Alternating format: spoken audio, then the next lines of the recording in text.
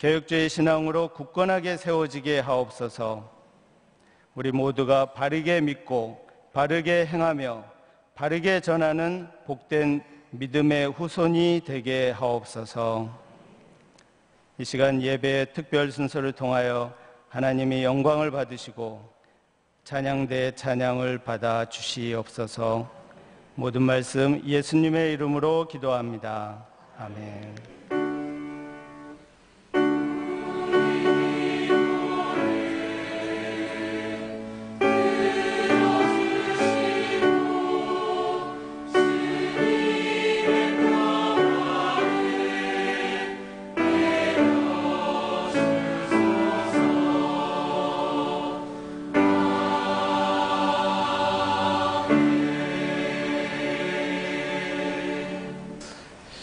네, 오늘 밤에는 은혜로운 말씀을 더 풍성히 듣기 위하여 특별 순서는 생략하도록 하겠습니다.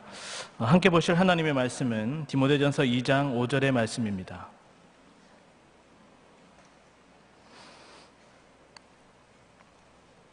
디모데전서 2장 5절의 말씀 제가 봉독하겠습니다. 하나님은 한 분이시요 또 하나님과 사람 사이의 중보자도 한 분이시니 곧 사람이신 그리스도 예수라. 아멘. 대학부의 세푸시 찬양대에 찬양이 있겠습니다.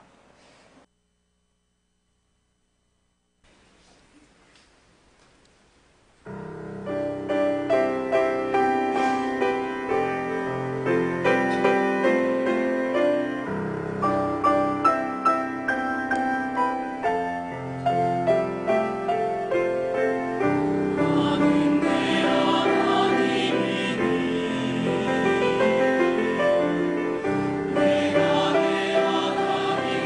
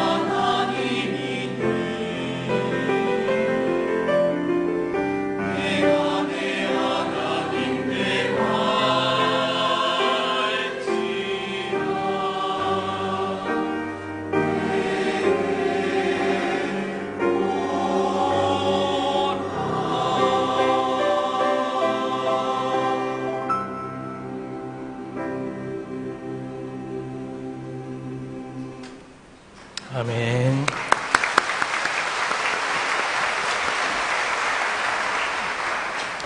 이 시간 제네바 신학대학원 교수이신 신승우 목사님 나오셔서 오직 그리스도라는 제목으로 강론하실 때 많은 은혜 받으시기 바랍니다. 목사님 나오실 때 큰 박수로 환영해 주시기 바랍니다.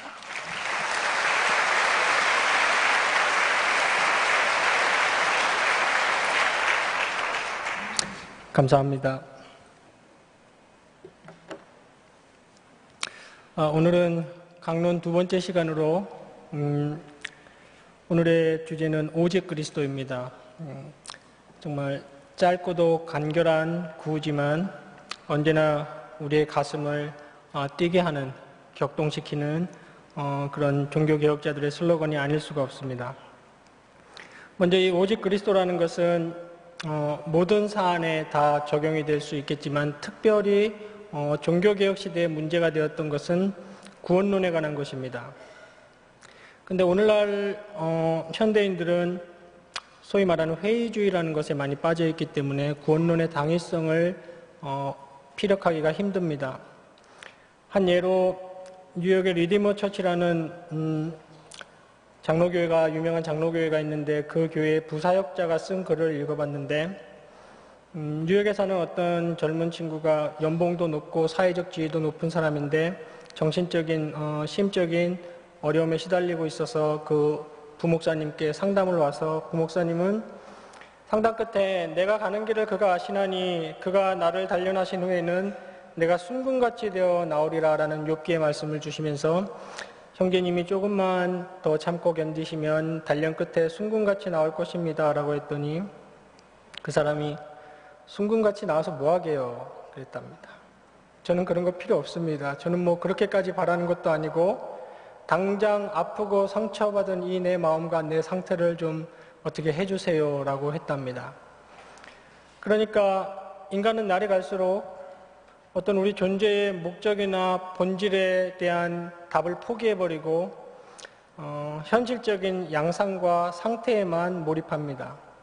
그래서 오늘날에는 예수 믿고 구원받으세요 라고 하면은 옛날에는 극렬히 반대하기도 하고 구원이란 것은 없다고 말하기도 했지만 요즘에는 오히려 그거 좋죠. 뭐 받으면 좋은 거죠. 근데 뭐 저는 별로 관심 없어요 라고 말을 하는 것입니다. 그러나 먼저 우리가 오직 그리스도라고 할 때에 우리가 확보해야 되는 것은 인간에게 구원은 반드시 있어야 된다는 성경의 진리입니다.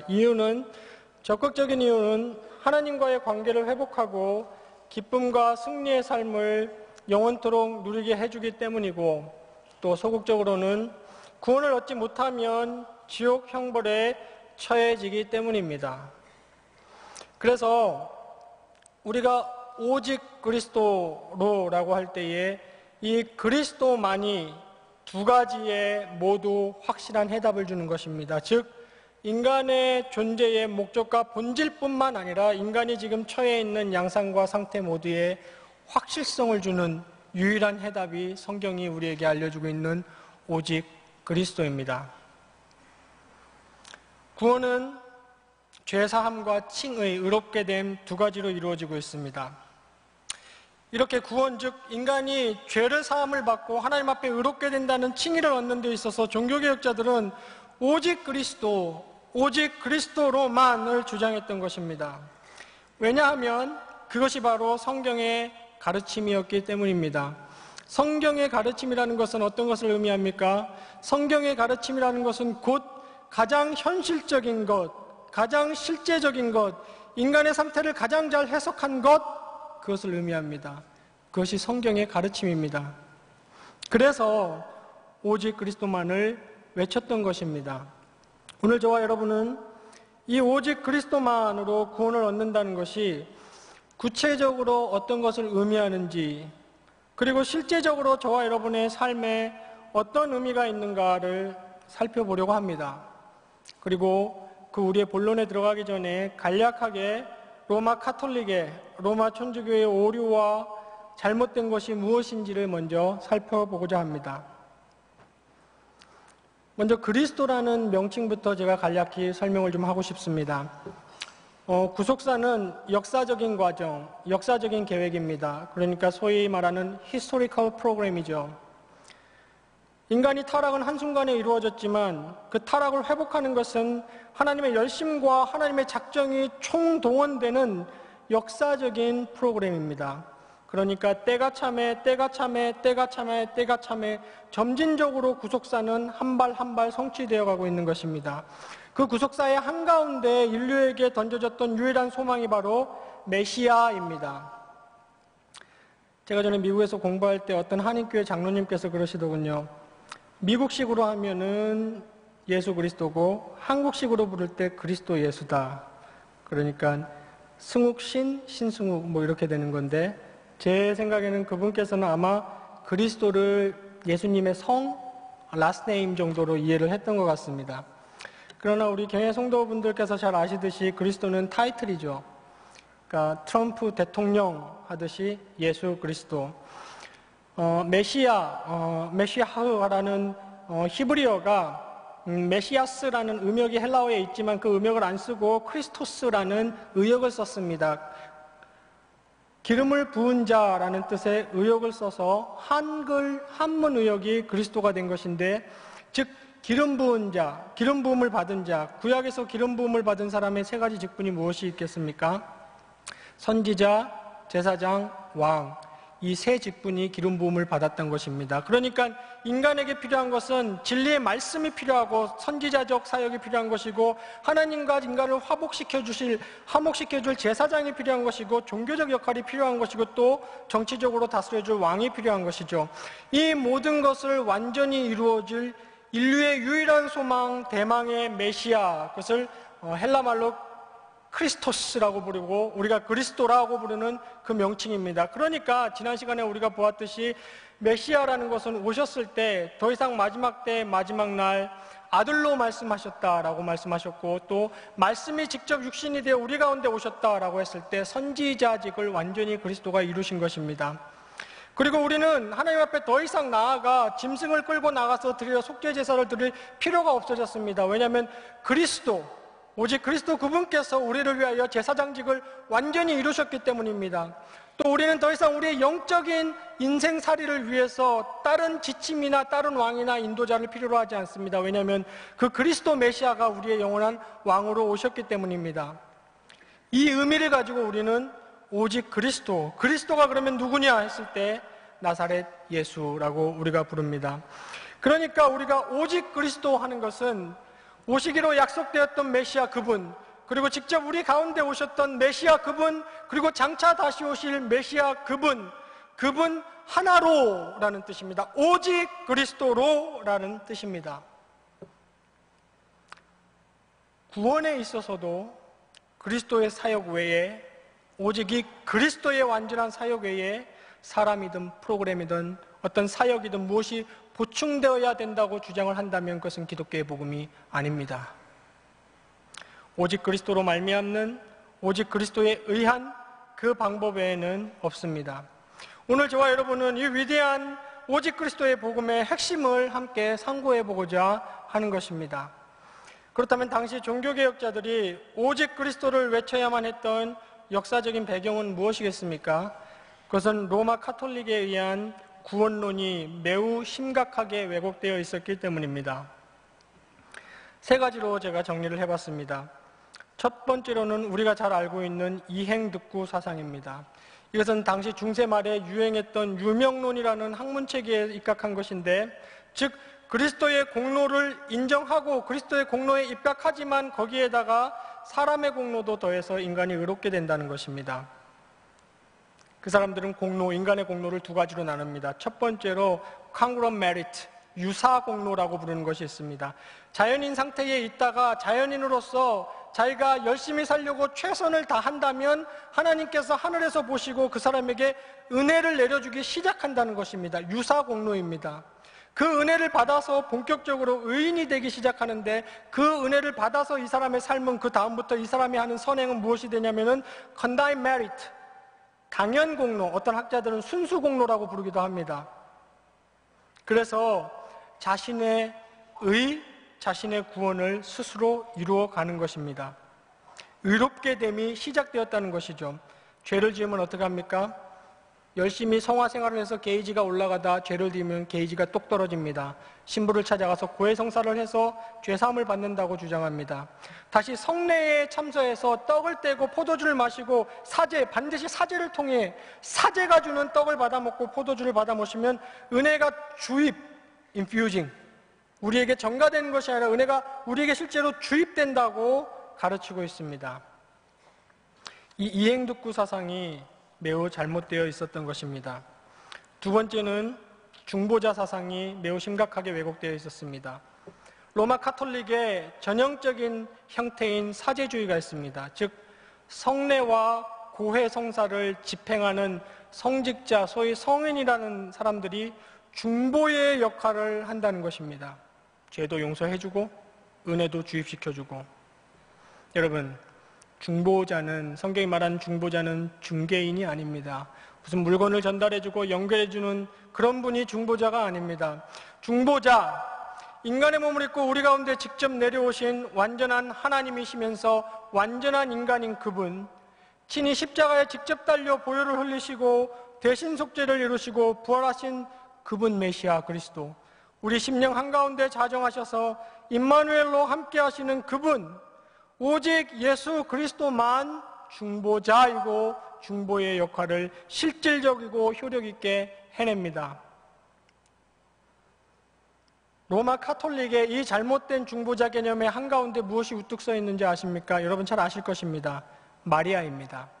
이들은 공식적으로 마리아를 이들의 얘기를 따라서 코리벤프트릭스, 공동 대속자, 코메디아트릭스, 공동 중보자, 마리아를 공식적으로 예수님과 같은 중보자의 자리에 올려놓았습니다.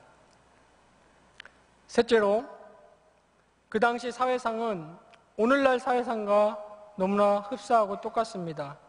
보편 구원론이 만연하고 있었죠. 예수 그리스도를 떠나서도 구원이 가능하다는 오늘날과 똑같은 종교적인 다원주의, 이것은 이미 종교개혁 이전의 르네상스 시대에도 있었습니다. 프란체스코 페트라리카라는 인문주의자는 심지어는 모든 종교가 통합되는 성령의 시대가 도래해야 한다고 이미 14세기에 주장을 하였습니다.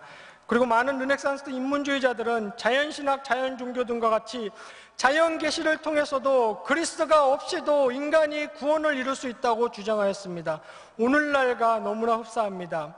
이름이 다를 뿐 예수든 부처든 알라든 결국 같은 실체요 같은 본질이고 종교의 끝에 달하면 결국 구원은 같다고 얘기하는, 성령이든 우주 에너지든 그것을 이 땅의 기운이라고 부르든 그 영적인 실태는 같다고 얘기하는 그 사상이 그때도 만연해 있었던 것입니다. 여기에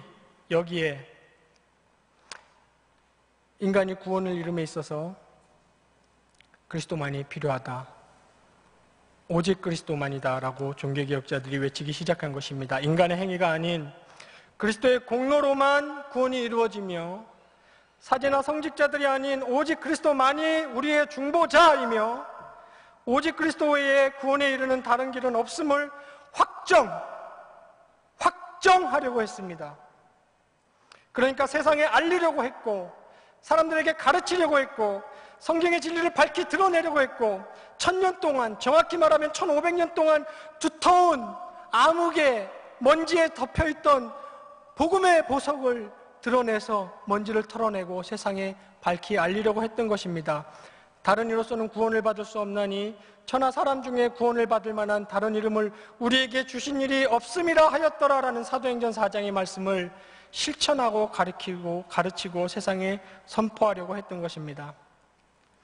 여러분, 오늘날까지도 로마 카톨릭은 이러한 자신들의 교리적 입장을 공식적으로 그리고 명백하게 수정한 적이 한 번도 없습니다.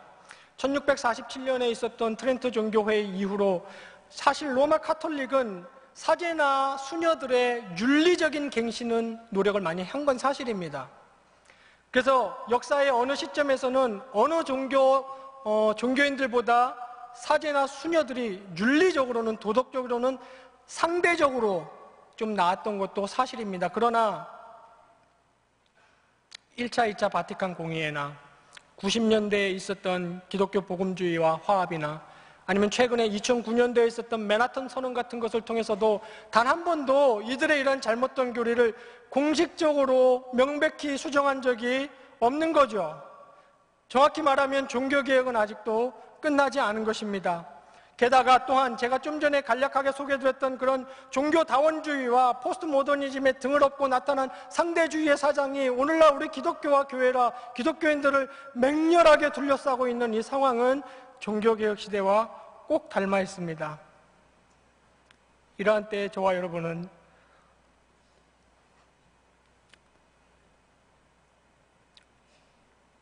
오직 그리스도 사상을 분명하게 되새겨야 합니다. 성경이 명백히 선언하고 있는 이 오직 그리스도 사상, 복음의 진수 중의 진수인 이 오직 그리스도 사상을 적지 않은 핍박이나 어려움이 있더라도 우리를 이 신앙에서 떼어놓을 수 없도록 우리 마음 한가운데 정확히 새겨놓아야 하는 것입니다. 그렇다면 이 오직 그리스도로 구원을 얻는다는 것은 무엇을 의미하는 것입니까? 그것은 크게 두 가지 요소로 이루어집니다. 죄사함과 칭의, 의롭다고 칭해 주시는 것입니다. 로마서에서는 연속적으로 이렇게 얘기합니다. 모든 사람이 죄를 범하였으며 하나님의 영광에 이르지 못하더니 기록된 바 의인은 없나니 하나도 없으며 깨닫는 자도 없고 하나님을 찾는 자도 없고 다 치우쳐 함께 무익하게 되고 선을 행하는 자는 없나니 하나도 없도다. 로마서 5장 12절에는 그러므로 한 사람으로 말미암아 죄가 세상에 들어오고 죄로 말미암아 사망에 들어왔나니 이와 같이 모든 사람이 죄를 지었으므로 사망이 모든 사람에게 이르렀느니라. 우리가 우리의 이 죄를 어떻게 해야 되겠습니까? 우리가 갖고 있는 원죄와 우리 평생 동안 해결하지 못할 자범죄를 우리는 어떻게 해야 되겠습니까? 하나님은 사랑이라는 중요한 속성을 가지고 계십니다. 그 하나님의 사랑의 속성 때문에 택자들을 반드시 구원해 내십니다. 그러나 동시에 하나님의 또 한 가지 중요한 속성은 공의입니다. 완벽한 공의. 하나님은 그 공의의 속성 때문에 사랑한다고 해서, 안타깝다고 해서 있는 죄를 없는 것처럼 넘길 수 있는 분이 아닙니다. 죄를 덮어주고 넘겨주고 눈 감아주는 것은 인간이 하는 일입니다. 공의 하나님은 그런 일을 하지 않습니다. 그럼 우리의 죄를 놓고 하나님은 어떻게 하셔야겠습니까? 죄값을 치르십니다. 저와 여러분의 죄값을 지불하시는 것입니다. 문제는 우리 같은 죄인들로서는 지정의 모든 것이 전적으로 죄로 물들고 전적으로 무능력한 우리로서는 우리의 죄를 해결할 방법이 없다는 것입니다. 우리의 종교적이고 윤리적인 노력들로 인간들 사이에선 상대적으로 훌륭할 수 있습니다. 경우에 따라서는 매우 훌륭할 수도 있지만 결론적으로 거룩하신 하나님, 완전하신 공의로우신 하나님 앞에서는 그런 인간의 윤리적이고 종교적인 몸부림들은 아무런 의미도 효력도 없습니다. 왜냐하면 하나님은 완벽하시고 공의로우시며 흠도 없고 죄도 없고 죄를 가까이 할 수 없기 때문입니다. 우리의 그러한 희생제물로는 흠이 있고 죄가 묻어 있으며 저는 것이고 병든 것입니다. 하나님의 죄를 향한 진노를 도저히 달랠 수 없습니다. 그렇다면 하나님 앞에서 인간이 죄사함을 얻으려면 어떻게 해야 되겠습니까? 완전한 희생제물이 있어야 됩니다. 죄값을 지불할 자격이 되는 하나님이 받아주시고 오케이 하시는, 패스해 주시는 진짜 희생제물이 있어야 됩니다. 성경이 이렇게 말합니다. 흠없고 점없는 죄 없으신 하나님의 어린 양 예수 그리스도, 그리스도께서 십자가에 못 박히셔서 죽으심으로 해서 우리의 모든 죄가 사함을 받습니다. 하나님이 희생제물로 인간의 죄를 사할 수 있는 유일한 제물로 받아주시는 오직 딱 한 가지는 그리스도밖에 없습니다. 이것을 우린 신학적으로 그리스도의 수동적 순종이라고 신학자들은 부릅니다. 그 그리스도를 믿는 자, 그 그리스도를 붙잡는 자, 그 그리스도의 보혈의 공로 앞에 아멘하고 화답하는 자, 그 그리스도 안에 있는 사람만이 그 그리스도의 보혈의 공로의 효력을 받아서 죄사함을 받습니다. 여기에 오직 그리스도의 대신 속죄만이 우뚝 서 있습니다. 인간의 행위나 인간의 공로는 한 털도 여기에 개입되지 못합니다. 오직 그리스도입니다. 이 그리스도의 희생제사의 특징은 히브리서 10장에서 말하는 것처럼 단번에 더 이상 우리는 희생제물을 드릴 필요가 없습니다. 영원히 우리의 과거와 현재와 미래의 모든 죄가 오직 그리스도의 대신 속죄의 수동적 사역으로 십자가에서 다 성취되었습니다. 그리스도께서는 복음으로 인도할 수 있는 길을 열어놓으셨고 나머지 속죄는 우리 인간이 이루어야 된다는 것은 복음의 가르침이 전혀 아닙니다. 그리스도 그가 끝내셨고 완성하셨습니다. 여러분의 죄가 또 저의 죄가 저의 죄사함이 거기 갈보리 십자가에서 다 이루어졌습니다. 오직 그리스도로 말미암아. 이사야가 오라 우리가 서로 변론하자. 너희 죄가 주홍 같을지라도 눈과 같이 희어질 것이요 진홍같이 붉을지라도 양털같이 희게 되리라. 오직 그리스도의 대신 속죄로 이루어졌습니다. 이것을 우리는 복음의 위대한 전가라고 부릅니다. 복음의 위대한 교환이라고 부릅니다. 우리의 그 죄가 갈보리 십자가에 달리신 희생양 그리스도에게 전부 부어졌고 우리의 죄가 그리스도에게 전부 전가되었고 그리스도는 그 일을 성취하셨습니다. 오직 그리스도의 십자가 대신 속죄의 효력만이 저와 여러분의 죄를 사합니다. 오직 그리스도만이 우리의 죄를 사합니다. 다른 중보자는 없습니다. 인간이 보태야 할 다른 행위도 없습니다. 다른 길도 없으며 다른 방법도 없으며 오직 그리스도만 우리의 죄를 사합니다. 이렇게 죄를 사함받았으면 이제 한 가지 중요한 일이 더 남아 있습니다. 그것은 바로 하나님 앞에 의인이 되어야 한다는 것입니다.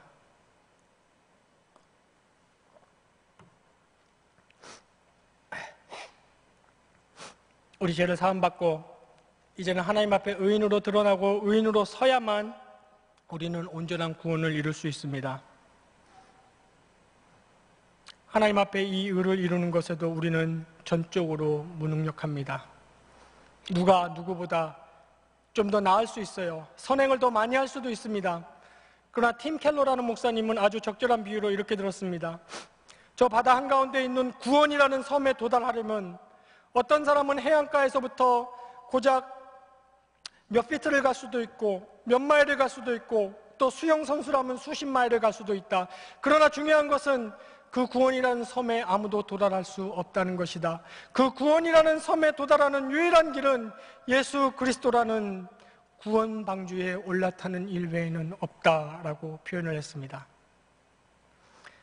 예수님께서는 수동적 순종을 통하여 우리의 죄를 사해 주셨을 뿐만 아니라 당신만이 유일하게 할 수 있는 하나님의 율법을 모두 다 성취하셨습니다. 이것을 그리스도의 능동적 순종이라고 부릅니다. 예수님께서 내가 율법이나 선지자나 폐하러 온 줄로 생각하지 말라. 폐하러 온 것이 아니여 내가 완전하게 하려 함이라고 했습니다.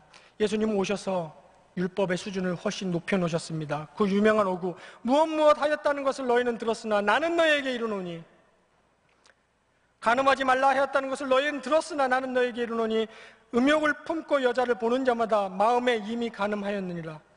이웃을 사랑하고 내 원수를 미워하였다는 말은 너희는 들었으나 나는 너희에게 이르노니 너희를 박해하는 자를 위하여 기도하고 너희 원수를 사랑하며 요한은 심지어 이렇게 말합니다.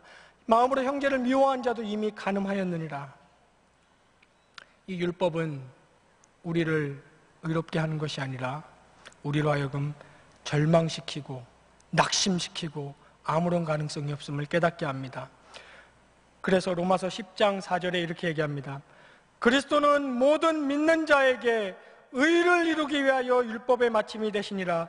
모든 믿는 자에게 의를 이루기 위하여, 즉 그리스도께서 자신의 삶을 통하여 보여주신 그 율법의 완전한 순종, 하나님 편에서 보실 때 유일하게 의, 완전한 의라고 인정해 주실 수 있는 그 의가 위대한 전가, 우리에게 전가됩니다. 우리의 죄가 그리스도에게 전가되었듯이 그리스도의 그 완전한 의가 우리에게, 믿는 자에게, 택자에게 전가되어서 하나님께서는 그 의를 보시고, 그 그리스도의 의를 보시고, 오직 그리스도의 의를 보시고 우리를 의인이라고 칭해 주십니다. 이것을 의의 전가라고 부릅니다. 우리 실제로 의인이 아닌데 의인이라고 간주해 주십니다. 우리 실제로 죄의 영향 아래 있고 매일매일 죄를 짓기도 하지만 의인이라고 여겨주십니다. 왜? 우리가 그리스도를 믿고 그리스도 안에 있기 때문에 그 그리스도의 의를 보셔서 우리는 의인으로 간주되는 것입니다. 이 그리스도의 의는 우리 외부로부터 오는 것입니다. 엑스트라노스, 우리 안에서 생성되거나 생겨나는 것이 결코 아닙니다. 오직 그리스도로부터 우리에게 주어지는 겁니다. 그러므로 정확히 말해서 헬라어의 디카이오, 아니면 히브리에서에서 말하는 짜덱, 이 말은 오로지 법정적 용어로 쓰입니다.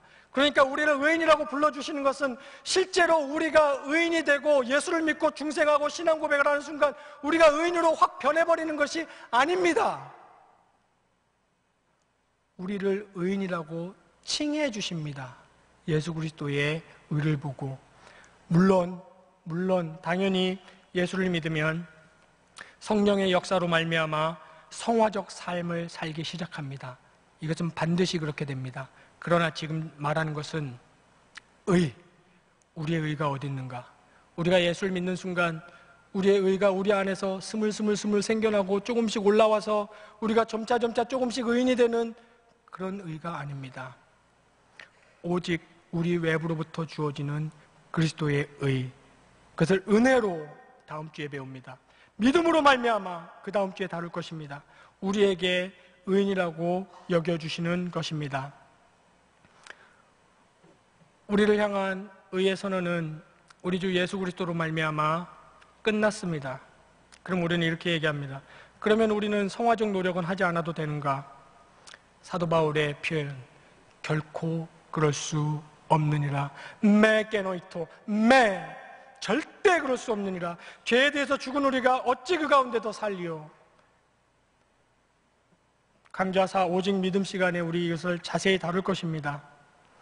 이 완벽하시고 영원하신 우리 주 예수 그리스도의 의 외에 무슨 더 보태거나 완성되어야 할 의가 우리 편에 남아있는 것처럼 여기지 마십시오. 오직 그리스도의 의로 끝났습니다. 그렇게 여기는 것은 기독교의 복음이 아닙니다. 그것은 복음이 아닙니다. 오직 그리스도가 우리를 위해 완전한 의를 다 이루셨습니다. 저와 여러분에게는 의가 없습니다. 저와 여러분 안에는 그 어떠한 의도 발견되지도 생성되지도 않습니다. 만일 저와 여러분에게 의가 있다면 그 의로 인하여 하나님의 자녀로 드러나고 그 의로 인하여 죄를 완전히 사함받고 그 의 때문에 영생복락을 누리게 되었다면 그것은 오직 그리스도의 의 때문입니다. 예수 없이 소망 없습니다. 오직 그리스도만 우리의 소망입니다. 이것이 기독교의 복음입니다. 이것이 우리 귀에 들린 기쁜 소식입니다. 이것이 죄인을 의인으로 변화시키는 하나님의 구속의 일입니다. 이것이 바로 보라 새 것이 되었도다 라고 하는 하나님의 중생 선언의 근거, 오직 그리스도의 의입니다. 오직 그리스도의 의만이 우리를 의인으로 만듭니다. 이렇게 오직 그리스도의 십자가가 죄를 넘기실 수 없는 하나님의 공의를 실현시켰고 또 죄인을 구원하시는 하나님의 사랑도 동시에 실현시켰습니다. 이 놀라운, 이 역동적인 하나님의 인간의 죄 문제도 해결하시고 인간을 의인으로 만들어 보시는 이 위대한 우리에게 일어난 복음의 일이 어떻게 가능하게 되었겠습니까? 오직 그리스도로 인해서 가능하게 된 것입니다. 그렇다면 이 위대한 교환이 어떻게 이루어집니까? 어떻게 우리의 죄가 그리스도에게로 전가되고 그리스도의 의를 우리의 것으로 받게 되는가? 성경의 답은 그리스도와의 연합입니다. 신비롭고 놀라운 영적인 연합. 고린도전서 2장의 표현대로 그러한 일은 영적으로 분별되기 때문이라. 이런 것은 우리가 영적으로 이해하는 일들입니다. 성경은 이러한 놀라운 그리스도의 연합을 머리와 몸, 나무와 가지, 신랑과 신부로 표현했습니다. 내가 그리스도와 함께 십자가에 못 박혔나니 그런즉 이제는 내가 사는 것이 아니요 오직 내 안에 그리스도께서 사시는 것이라. 이제 내가 육체 가운데 사는 것은 나를 사랑하사 나를 위하여 자기 자신을 버리신 하나님의 아들을 믿는 믿음 안에서 사는 것이라. 그리스도와의 연합. 또 만물을 그 발 아래 복종하게 하시고 그를 만물 위의 교회의 머리로 삼으셨으니 너희도 성령 안에서 하나님의 거하실 처소가 되기 위하여 그리스도 예수 안에서 함께 지어져 가느니라. 그리스도가 머리고 우리가 그리스도의 몸입니다. 나는 포도나무요 너희는 가지라. 그가 내 안에 내가 그 안에 거하면 사람이 열매를 많이 냈나니 나를 떠나서는 너희가 아무것도 할 수 없습니다. 오직 이 그리스도와의 신비롭고 은혜롭고 영적인 연합만이 아까 제가 설명드렸던 놀라운 복음의 전가, 우리의 죄를 그리스도가 떠안고 그리스도의 의를 우리가 받는 그 일이 이 그리스도와의 연합을 통하여 이루어지는 것입니다.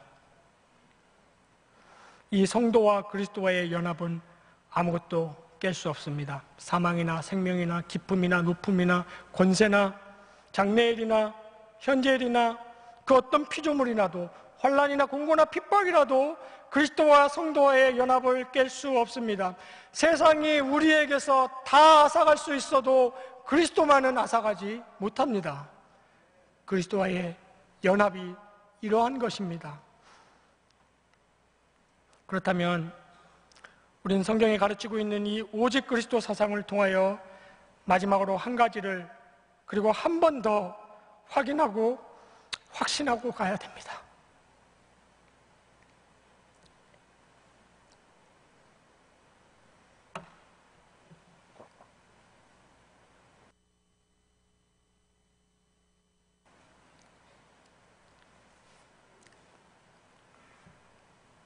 그것은 저와 여러분의 정체성입니다. 우리가 소위 말하는 자아.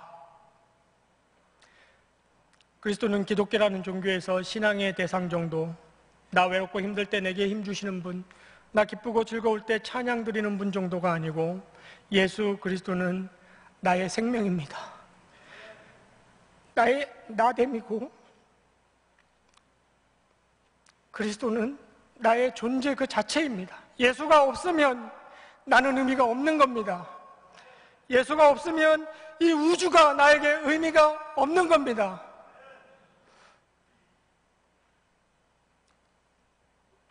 오직 그리스도로 말미암아 죄를 사함받았다는 것, 의롭다 칭함을 얻었다는 것은 조나단 에즈워즈가 말하는 본질이 회복되는 것, 원래의 것을 되찾은 것, 화살이 정확하게 관역 한가운데 꽂힌 것입니다. 그리스도와 연합.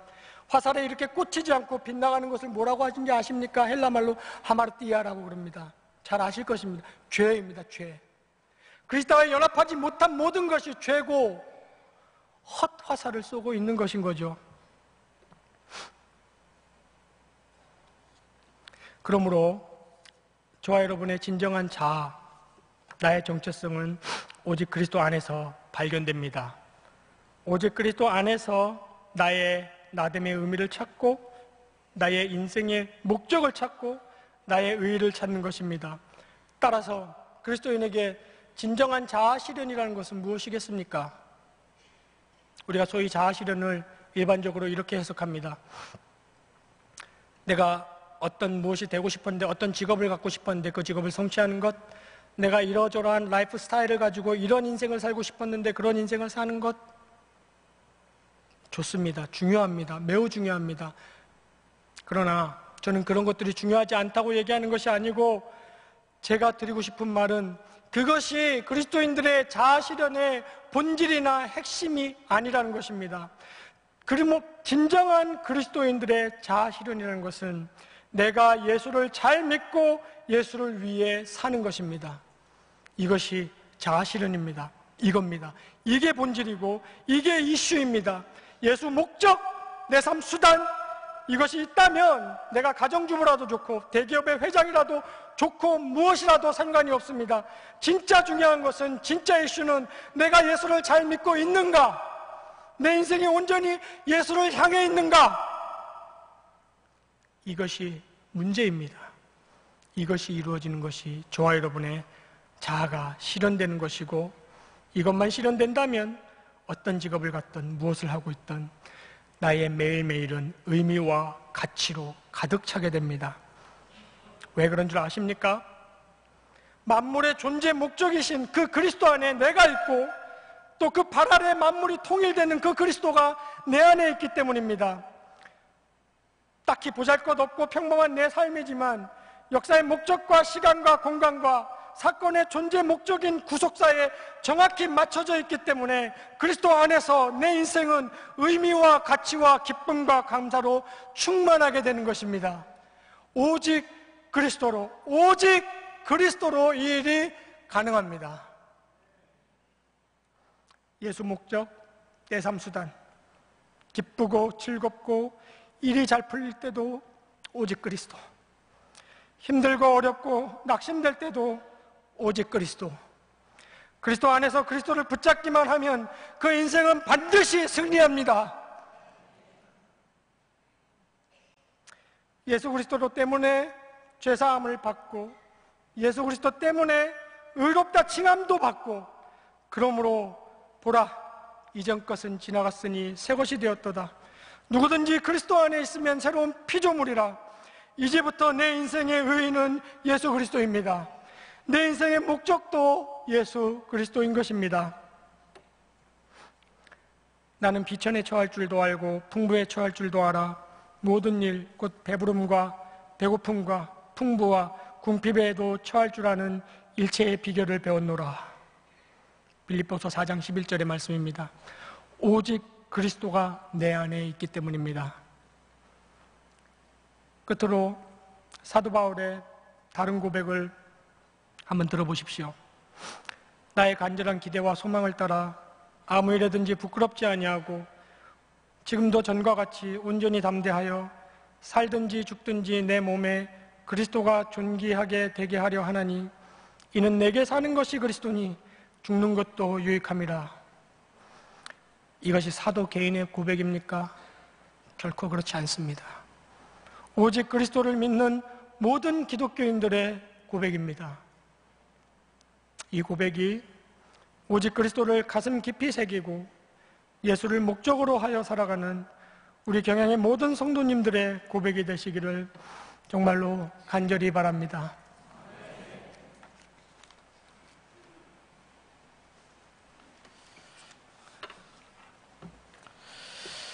이 시간 우리 찬송가 162장을 다 같이 부르시면서 준비하신 11조와 헌금을 하나님께 드리겠습니다.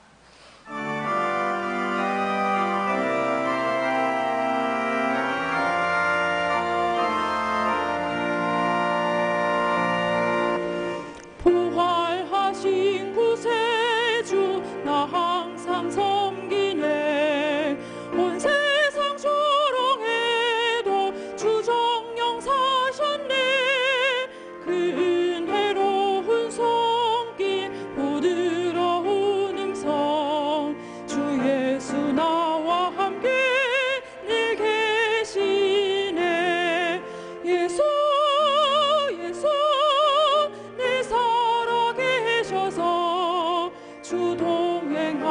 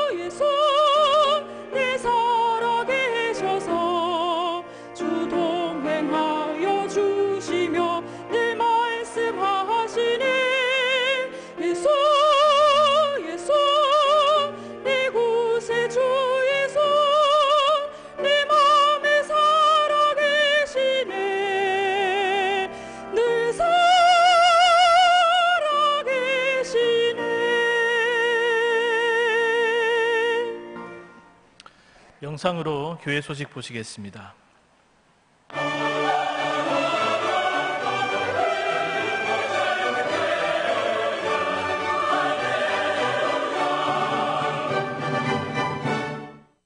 교회 소식입니다.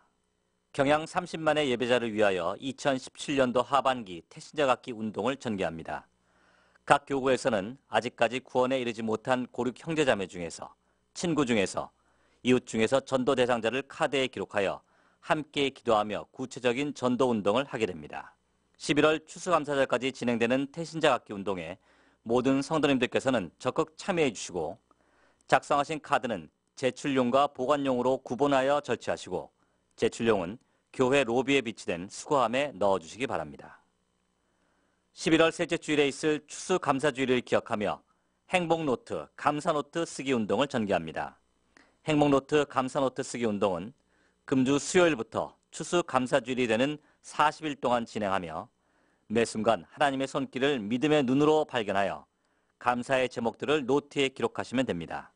교회 로비에 비치된 노트를 활용하셔서 더 풍성한 감사의 제목들로 채우시는 하나님을 깊이 체험하는 경양인들이 되시기 바랍니다. 금주 수요 밤 예배는 제46에서 48 여전도회 헌신 예배로 드립니다. 설교는 박순신 목사님께서 하시며 찬양은 권사 찬양대가 준비하시겠습니다. 금요 밤 기도회는 오후 9시에 있습니다. 금주 기도회 중 특송은 시온 찬양대 임혁원 일동이 준비하시겠습니다. 결혼식입니다. 동서울 3교구 김영우 장로, 주숙자 권사님의 이남, 신랑 김진욱 군과 정인근 씨의 이녀인 신부 정명금 양의 결혼식이 금주 토요일 오후 2시에 제2성전에서 담임 목사님의 주례로 있겠습니다. 유재권 성도, 이봉혜 집사님의 일남, 신랑 류철한 군과 김재학 성도, 박은승 권사님의 일녀인 신부 김민혜 양의 결혼식이 금주 토요일 오후 1시에 인천 카리스 호텔에서 김수만 목사님의 주례로 있겠습니다. 다음 주일 낮에는 집사회, 권사의 원래회, 경양비전기도회, 임시당회, 별들의 학교 후원의 원래회가 있으며 밤에는 방화, 발산, 공항, 마곡교구 헌신예배 및 재직회가 있겠습니다. 자세한 소식은 교회보를 참고하시기 바랍니다. 감사합니다. 오늘 우리 교회에 처음 나오셨거나 등록을 원하시는 성도님께서는 예배가 끝난 후 한층 아래에 있는 친교실로 오셔서 담당 교육자님의 기도와 교회에서 준비한 선물을 받아가시기 바랍니다. 다 함께 찬송가 585장을 부르신 후에 담임 목사님 나오셔서 헌금을 위한 기도와 축도해 주심으로 경양 선교회 헌신 예배를 모두 마치겠습니다.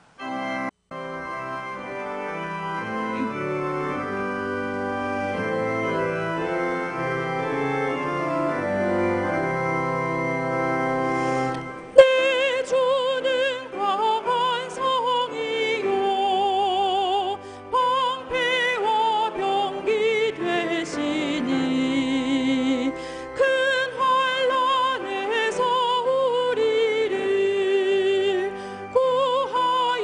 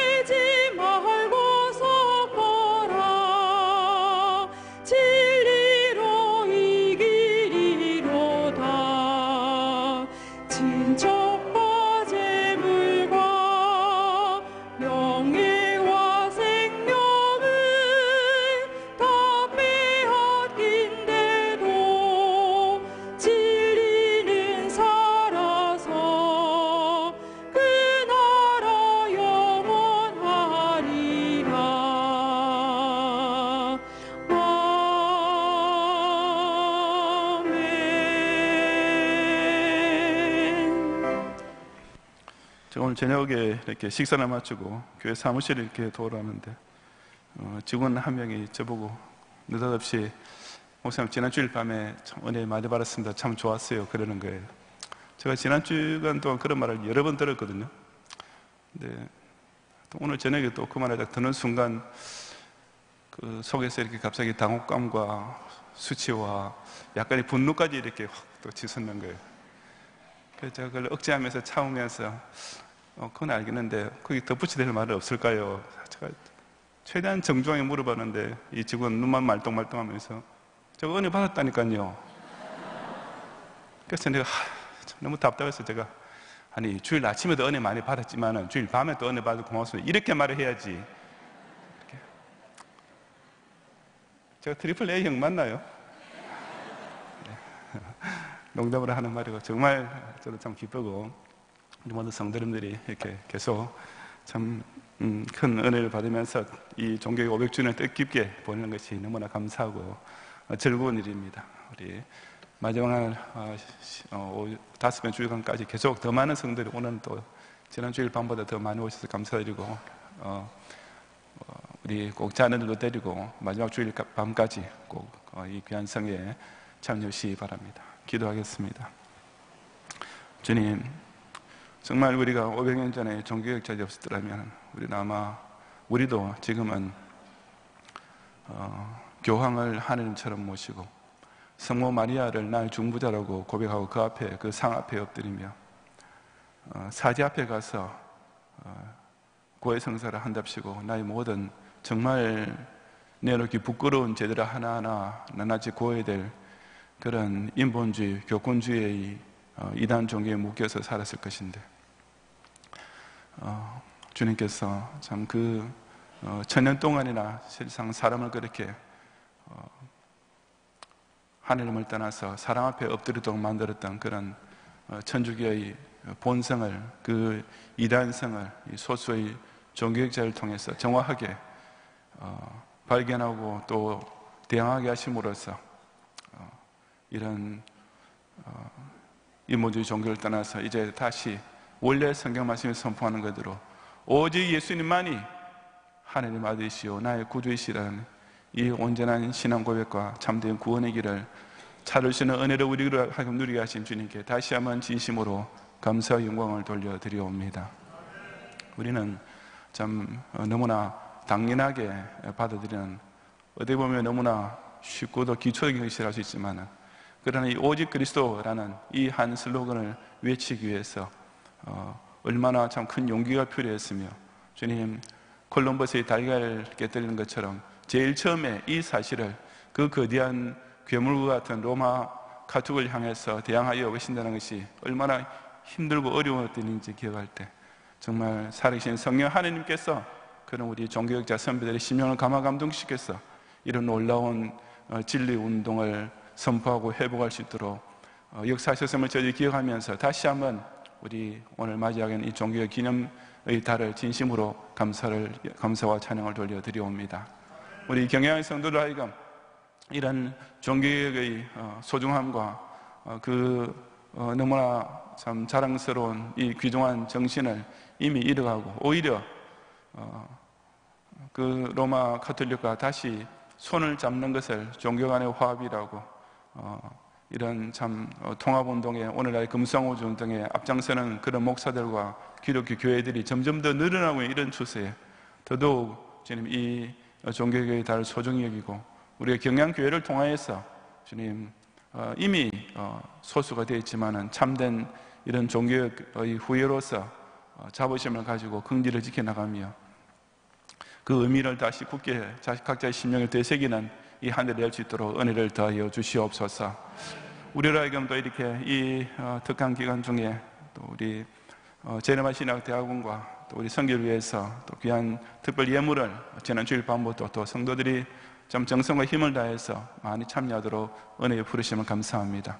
주님 정말 때를 맞추어서 우리 제네바 신학대학원이 이제 올해부터 시작되게 하시고 종교개혁 기념 500주년에 대한 바로 이 해에 정말 그 종교개혁자들의 정신을 오늘날에도 이어가겠다는 그런 각오와 서운으로서 바로 칼비현의 제네바 신학대학원 대학의 이름을 따라서 제르만 신학대학원이 설립되도록 이 모든 것을 이처럼 절묘한 타이밍 가운데 오미하고도 너무나 강력하게 역사하시는 하나님의 은총을 다시 한번 기억하면서 이 옛날에 우리 고려신학교를 위해서 했듯이 또 그보다 더 힘써서 이 제르만 신학대학원을 위해서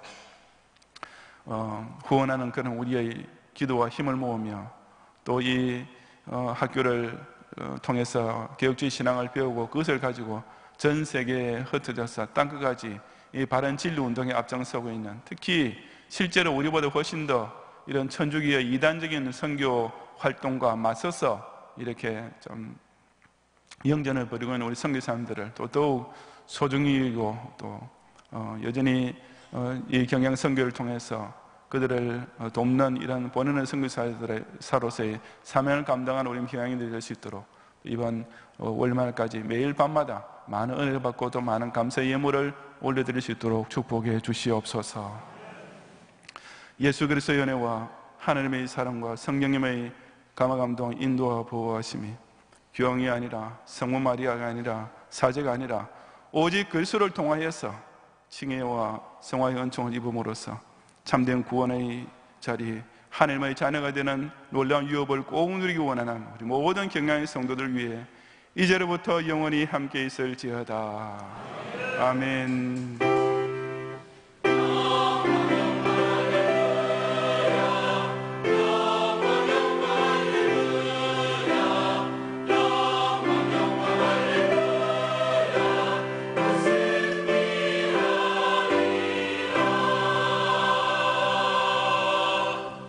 예배를 모두 마쳤습니다. 평안히 돌아가시고 수요밤 예배를 기억하여 나오시기 바랍니다.